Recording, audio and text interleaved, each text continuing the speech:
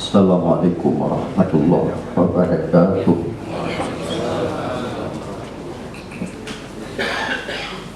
A'udzu billahi minasyaitonir rajim. Bismillahirrahmanirrahim. Alhamdulillahirabbil alamin. Wassalatu wassalamu ala sayyidil mursalin sayyidina wa maulana Muhammad wa ala alihi wa ashabihi ajma'in. Allahumma inna nas'aluka ridhaka wal jannah wa na'udzubika min sakhatika wan nar. Allahumma innaka 'afuwun karimun halimun tuhibbul afwa fa'fu 'anna ya karim. Allahumma ahsin aqibatana fil umuri kulliha wa ajirna min khizyid dunya wa 'adzabil akhirah. Allahumma ighfir lana dzunubana wa liwalidayna warhamhuma kama rabbayana shaghira. Wa li jami'il ahlil qubur minal muslimina wal muslimat wal mu'minina wal mu'minat rahmatika ya arhamar rahimin. Allahumma la mani'a lima a'taita wa la mu'tiya lima mana'ta wa la radda lima qadaita wa la yanfa'u dzal jaddi minkal jadd. Allahumma ja'al hadzal balad Aceh khususan baldatun thayyibatun wa rabbul ghafur ya rabbal alamin ya arhamar rahimin. Irhamna ya Allah fi dunya wal akhirah ya rabbal alamin. Allahumma ya jami'asy syattat wa ya mukhrijan nabat wa ya muhyil idhamir rafat wa ya mujibat da'wat wa ya qadiyal hajat yaqdi hajatina ya Allah yaqdi hajatina wa maqasidana fid dunya wal akhirah ya rabbal alamin. Rabbana taqabbal du'ana kama taqabbal du'a nabiyyika Muhammad Rasulillah sallallahu alaihi wasallam. Allahumma ya Allah anta ta'lamu uyubana fasturha wa anta ta'lamu hajatina faqdiha wa anta ta'lamu ma fi qulubina min zambina wa min sayyiatina faghfir lana wa'fu anna ya rabbal alamin. Rabbana atina fid dunya hasanah wa fil akhirati hasanatan wa qina adzabannar. Wa sallallahu wasallama ala sayyidina wa maulana wa habibina Muhammad wa ala alihi wa sahbihi ajma'in. Walhamdulillahi rabbil alamin. Assalamualaikum. Terima kasih. Berikutnya kita masuki acara fokus grup diskusi persiapan pemekaran calon daerah otonomi baru CDOB Kota Pantolabu yang nanti akan dipimpin oleh Saudara Muksalmina yang juga merupakan putra daerah Pantolabu, lahir di Alupapen 24 April 1982. Beliau juga adalah Ketua DPP Abdesi Jakarta bidang organisasi, kaderisasi, dan kelembagaan periode 2016-2021. Juga Wasekjen DPP Abdesi Jakarta 2011 dan sampai 2016. Ketua DPD Abdesi Provinsi Aceh periode 2016-2001 serta koordinator forum bersama Asosiasi Gesi Aceh 2010 sampai 2015. Baik, untuk acara pembukaan saya sebagai protokol Sari Ratna Putri mohon maaf atas segala kesalahan. Terima kasih atas segala perhatian. Wabillahi taufiq wa hidayah. Assalamualaikum warahmatullahi wabarakatuh. Kita sambut moderator kita, Muksalmina. Bismillahirrahmanirrahim. Assalamualaikum warahmatullahi wabarakatuh.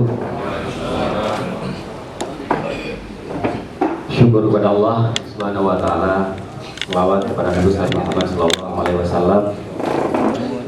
Yang saya hormati Bapak Irwan Johan yang mewakili Ketua DPRA beserta rombongan. Yang kami hormati Bapak Wakil Bupati Aceh Utara, yang kami hormati Bapak Ketua DPRK Aceh Utara, Ayah yang sudah hadir bersama kita di sini bersama dengan rombongan dari Kabupaten Aceh Utara. Yang kami hormati Bapak-bapak para pemateri yang pada kesempatan berbahagia ini juga sudah semuanya ini sudah lengkap bersama kita.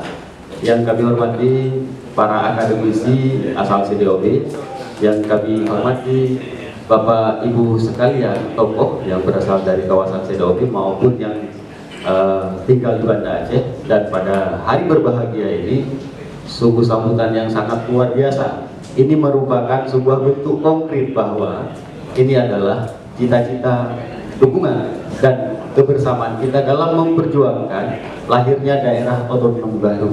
Sebagaimana tadi disampaikan dan dipesankan oleh Bapak Wakil Bupati, daerah otonomi baru untuk menjamin dan mencapai kesejahteraan rakyat.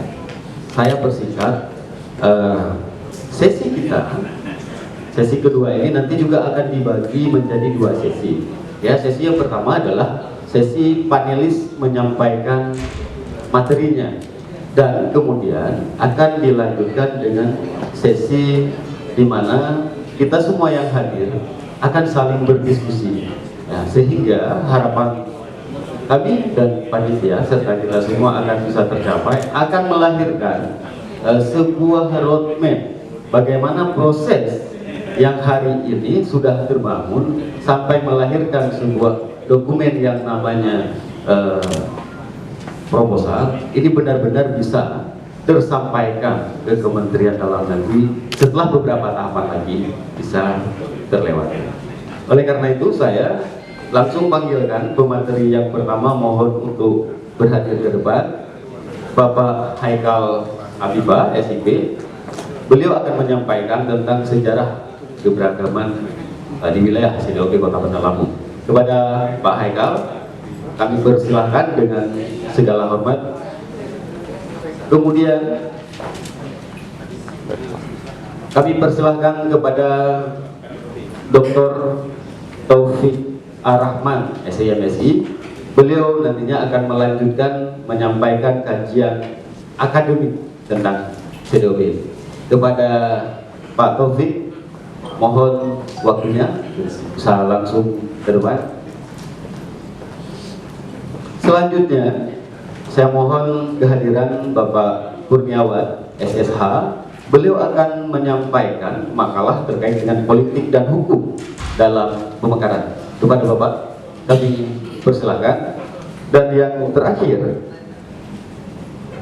kami persilahkan Ayahanda kita bersama, Bapak Hamid Zain. Beliau juga sebagaimana kita ketahui bersama salah satu tokoh dari wilayah CDOB yang nantinya akan memaparkan tentang implementasi Undang-Undang Nomor 23. Untuk menghemat waktu kita, saya langsung saja persilahkan ya para pemateri pertama untuk menyampaikan materi tentang sejarah dan keberagaman yang ada di wilayah CDOB. Kepada Pak Haikal, kami persilahkan dengan segala hormat.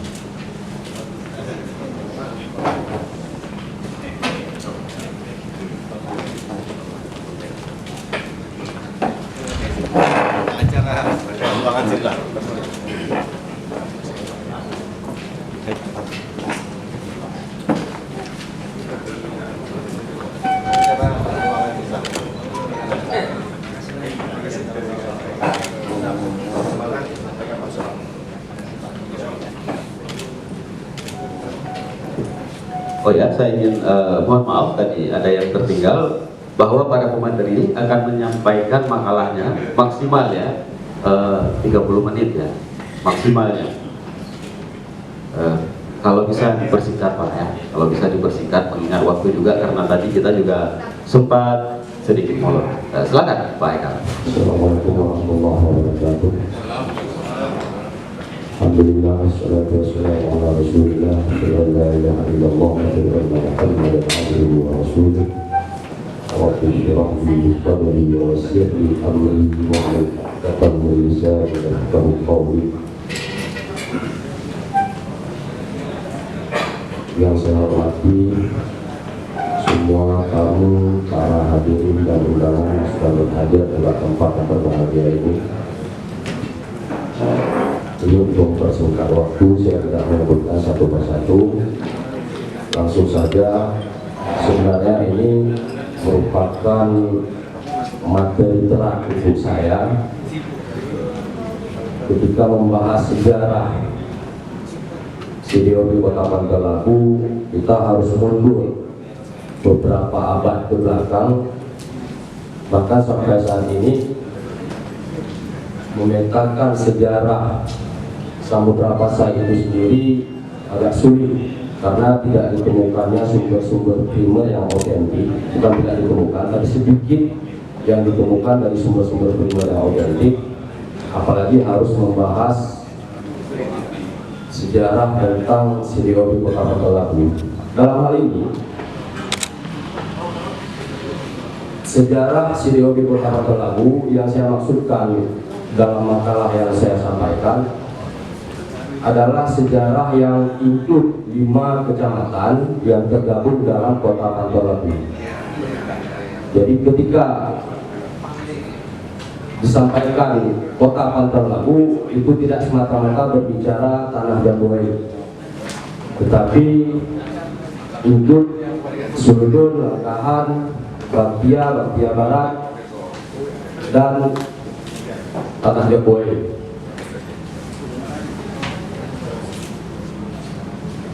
Ketika saya lihat,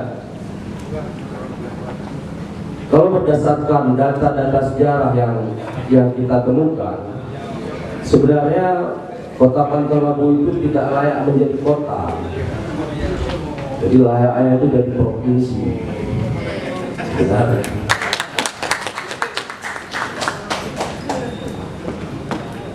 Dan saya lebih sepakat Pantai Labu itu jadi provinsi aja daripada menjadi kota. Karena kenapa?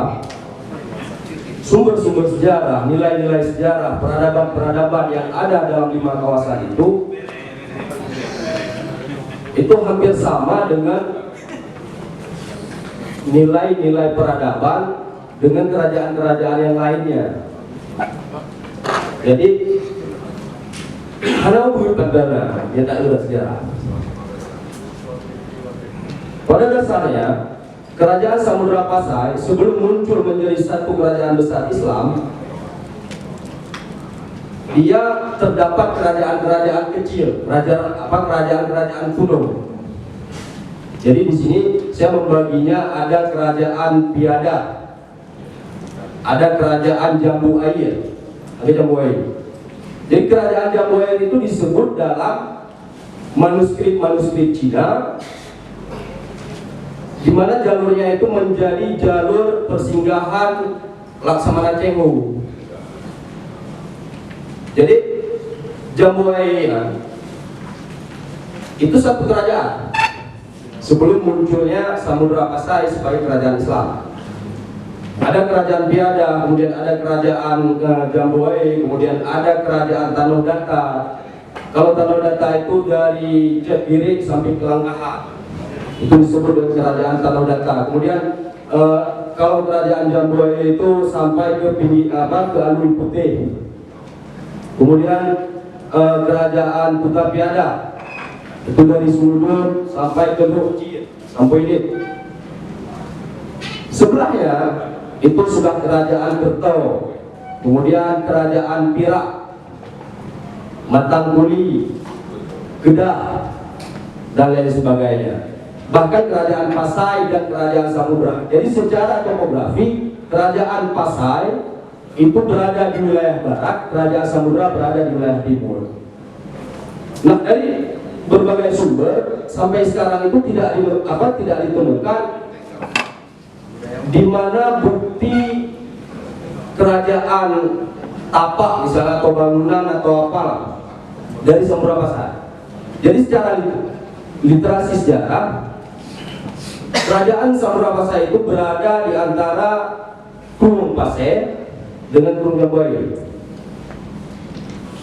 Cuma ada kaki Mineo, kerajaan Samudra Pasai pusatnya di Kota Pantai Labu kan nggak apa-apa.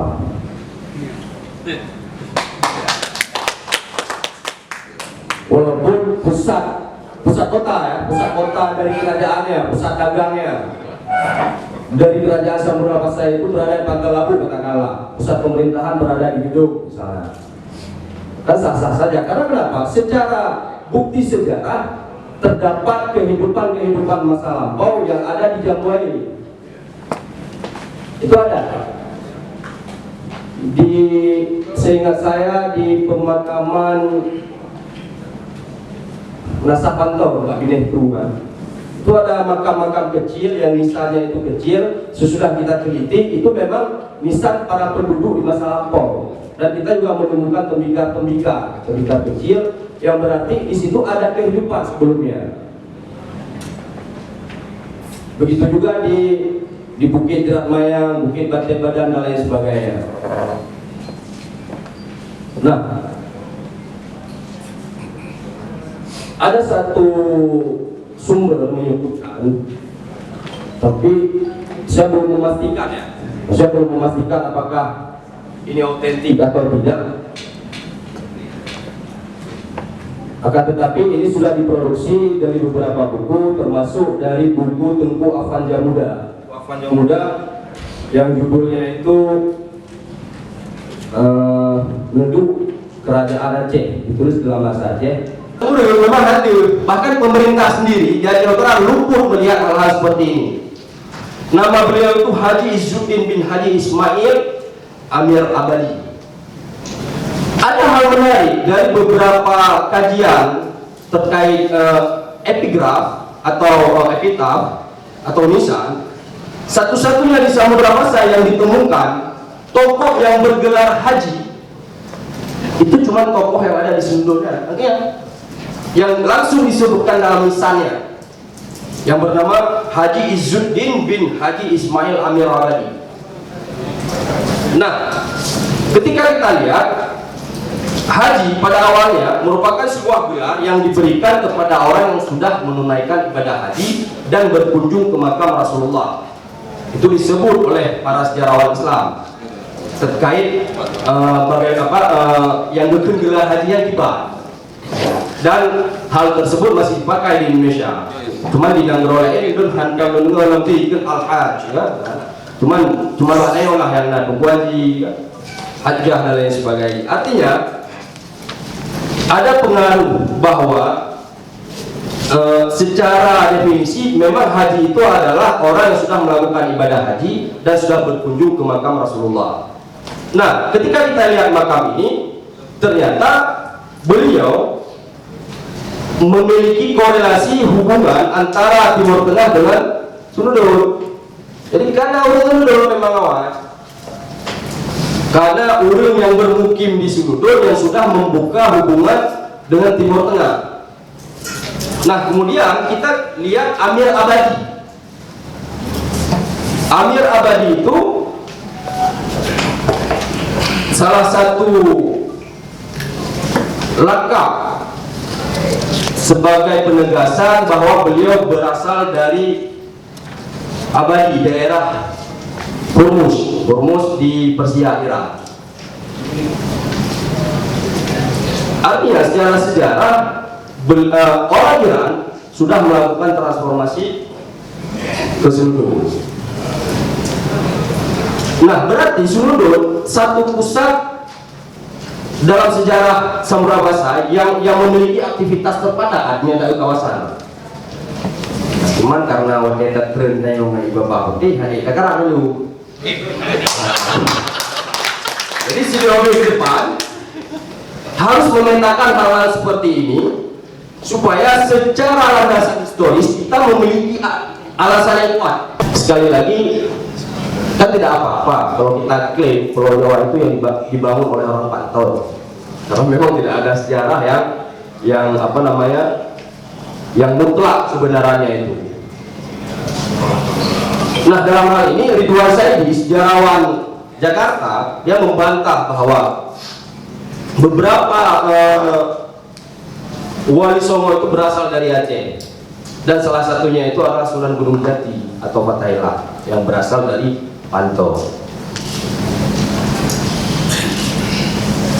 Maka dalam hal ini pembahasan yang saya sampaikan hanya sekedar perspektif sejarah, dan saya memberi judulnya itu memetakan sejarah kawasan CDOB. Artinya tidak ada keputusan pasti terkait sejarah dari 5 kecamatan tersebut.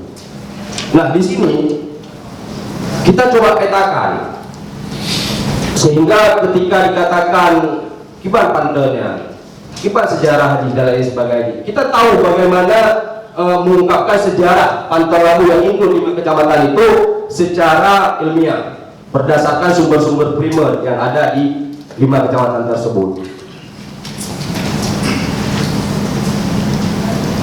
Akan tetapi membahas sejarah Sidiowi Pantang Labu itu tidak bisa dilepaskan dari sejarah Samurapasai, karena memang dia berada di bawah Samurapasai. Setelah kerajaan Samurapasai itu berdiri sebagai sebuah kerajaan Islam, jadi daerah-daerah kecil itu bergabung dan include di bawah pemerintahan kerajaan Islam Samurapasai. Dalam hal ini saya mencoba mengeluarkannya dari Samurapasai. Artinya ketika hari ini kita ingin keluar dari Aceh Utara, otomatis juga kita akan keluar dari sejarahnya. Karena kenapa? Kalau tidak bisa dipetakan, justru sejarahnya ini akan menjadi akan berbaur dengan beberapa kerajaan yang lain. Cuma dalam hal ini kita perlu pembuktian sejarah bagaimana Pantang Labu, Suludul, Baktia, Baktia Barat, Langkahan dan lain sebagainya itu memiliki satu historiografi, kerangka sejarahnya lengkap dengan bukti-bukti yang ada. Ini harapannya. Kemudian kalau dilihat secara bahasa, Pantang itu bermakna lembah atau dataran rendah. Yang dengan pantaunya pun jereleu. Jereleu. Itu secara bahasa. Labu yang memang mau labu. Jadi jereleu yang memang gepula bak labu. Kebiasaannya jereleu yang Loyan di Pulau Lada, dan Jambuai menjadi salah satu produk lada ya. Di dekat pinggiran Gunung Jambuai. Jadi secara struktur kalau kita lihat memang Pantang Labu berada di dataran rendah. Pantang Labunya bukan Langkahannya. Jadi Pantang Labu memang berada di dataran rendah, sehingga pola hidupnya itu lebih kepada pola maritim. Jadi urun wilayah Pantannya gemudip dengan cara mode berlaut. Bahkan di pinggir-pinggir itu kita masih menemukan di pinggir sungai Jambuai, saat kita ekskavasi di sana, kita menemukan tembikar-tembikar, beberapa bukti-bukti kehidupan yang ada di pinggiran itu, juga makam-makam sejarahnya. Nah, ada beberapa peneliti asing yang sempat menulis tentang Samurapasai dan juga menyinggung tentang kerajaan Jambuai ini atau kerajaan Pantang. Salah satunya itu adalah Ibnu Battuta dalam dalam bukunya Tuhfah An-Nabath. Dalam kitab Tuhfah An-Nabath, beliau menyebutkan Samurapasai itu dengan Al-Jawa, Jawa. Jadi yang di Jawa ini bukan Pulau Jawa, artinya Al-Jawa yang disebutkan oleh Ibnu Battuta atau Jawi Minor yang disebutkan oleh Marco Polo dan juga disebutkan oleh Tom Pires dalam Summa Oriental ya, buku dia, bahwa Al-Jawa yang dimaksudkan oleh Ibnu Battuta adalah satu kerajaan yang dia saksikan dengan berlatar hijau, dikelilingi oleh menara-menara dari kayu, yang sultannya itu seorang Islam yang taat dan bermazhab Syafi'i. Dan maksud dari Ibnu Battuta itu adalah Samurapasai. Begitu juga yang disebut oleh Marco Polo. Cuma ada beberapa hal yang perlu dikritisi, misalnya seperti Marco Polo katakan dalam bukunya Travel of Marco Polo, dia menyebutkan ada Gogasi, daerah Gunung Berdeu, Gogasi Raya, kemudian termasuk hikayat Raja-Raja Pasai misalnya menyebutkan bahwa Merah Silu Pasai diambil dari nama anjing dan lain sebagainya, kemudian diislamkan berdasarkan mimpi Sultan Malik Saleh bermimpi ketemu Rasulullah. Secara sejarah dan kita lihat inskripsi yang ada di misalnya tidak mungkin, ini bertolak belakang. Tidak mungkin seorang Malikus Saleh menamakan kerajaannya itu berdasarkan nama anjing. Pasai. Itu ditulis dalam buku-buku sejarah yang hari ini dikonsumsi oleh orang Aceh.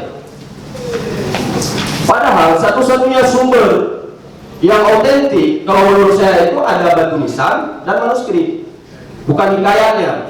Tetapi ini satu apresiasi juga dalam sejarah, sehingga kita bisa menemukan mana kesalahan yang mendekati kesalahan dan mana yang mendekati kebenaran. Karena memang secara teori dalam sejarah itu tidak ada kebenaran yang mutlak.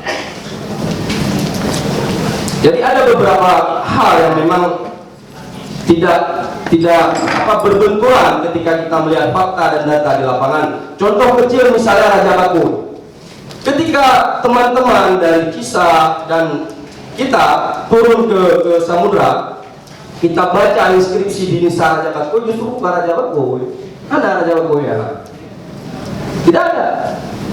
Yang sejarah yang katanya Raja Bakun kemudian kawin dengan saudaranya Putrona Rahasia, itu tidak ada secara sejarah. Kita lihat datanya yang katanya makam Raja Bakun pendek dan lain sebagainya. Waktu kita baca inskripsinya justru bukan Raja Bakun. Dia seorang yang faqih. Bentuk nisannya itu kandi.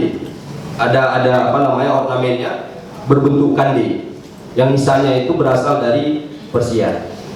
Jadi kok bisa tiba-tiba muncul cerita Raja Bakun di Aceh Utara kawin dengan keluarga atau saudara dan gepoh Raja Malikus Saleh atau Malikus Zahir?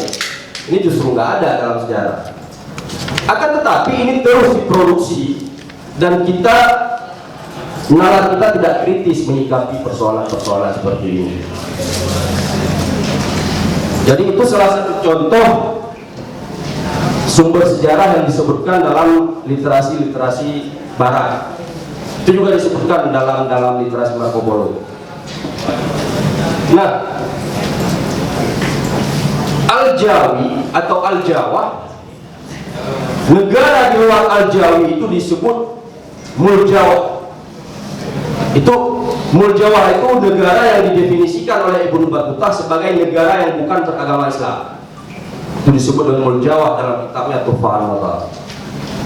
Nah, dalam hal ini negara-negara besar Melayu, Indonesia misalnya, ataupun Brunei ataupun Malaysia berhutang banyak kepada Samudra Pasai.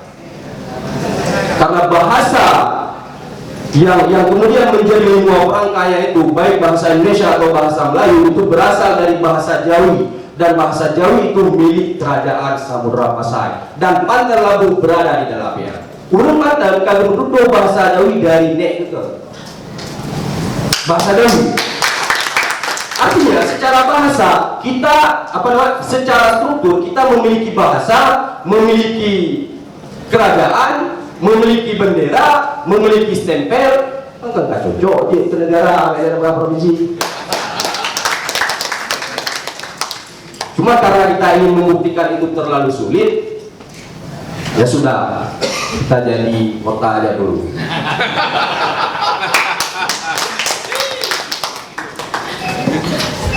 Nah, selanjutnya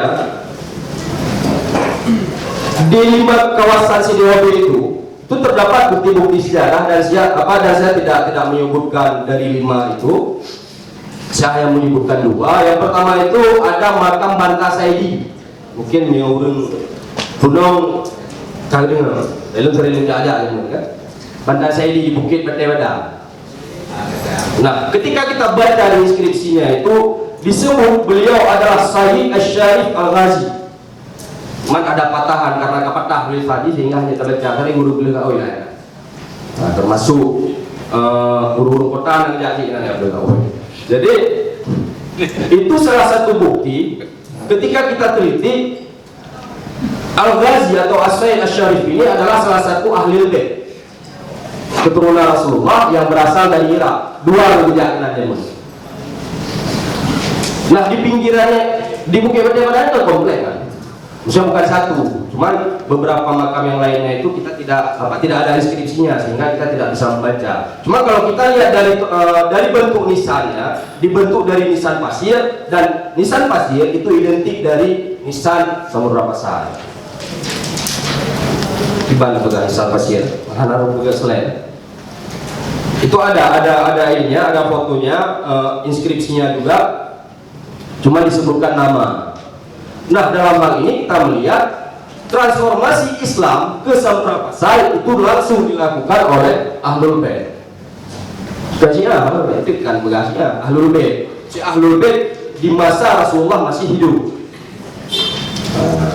Jadi tidak ada pengaruh dari aliran yang sifatnya yang lahir dari proses politik di Timur Tengah, apakah Syiah, Khawarij, Murji'ah dan lain sebagainya. Kemudian di Senudun, di Gampung Langfa terdapat satu buah makam. Jadi banyak sejarah-sejarah yang belum terpetakan, belum lagi sebenarnya menyuarakan kaki jauh kertas ya Pak Musa, kan? Belum lagi kita bicarakan sejarah pasca Samudra Pasai, kemudian sejarah pasca sejarah masa Belanda yang hina prasasti jerak kafe.